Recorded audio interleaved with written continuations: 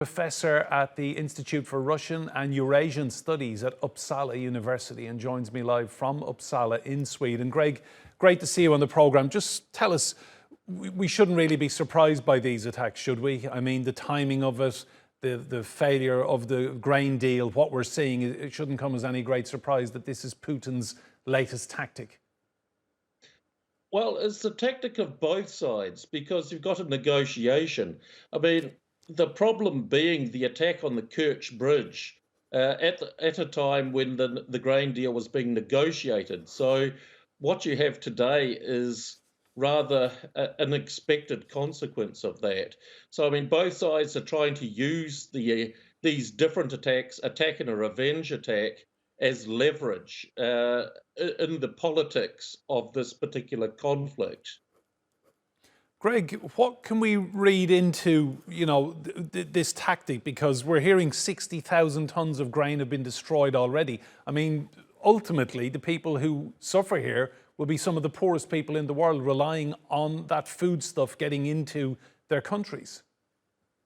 Well, it's problematic here because this is not verified at the moment, and Ukraine have made a number of rather heavy statements in the past which have not proven to be exactly truthful. Now, a second point is that with the grain, I mean, this has not been going to the poorest countries. This has been going to more middle and upper income. I mean, the European Union was one of the biggest destinations of the grain. So it's hard to tell what effect this will have in terms of the effect on those poor countries. But of course, I mean, this uncertainty about food security and especially grain has the risk of bumping up prices while the world doesn't know what kind of effects are going to be in the short to medium term. Greg, what's your reading of the Black Sea grain deal? I mean, do you think it's now dead in the water, for want of a better phrase, or can it be rescued? I would think that your first assessment is correct. It's more likely dead in the water. I mean, there is no trust, there is no credibility on either side for the other side.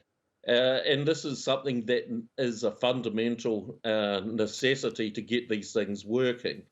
And the fact that you had this uptick in violence with the attack on Kerch Bridge and then the reply to Odessa, I mean, neither side is going to have the political will to make this grain deal succeed. I may be wrong, but this is how it looks at this point in time.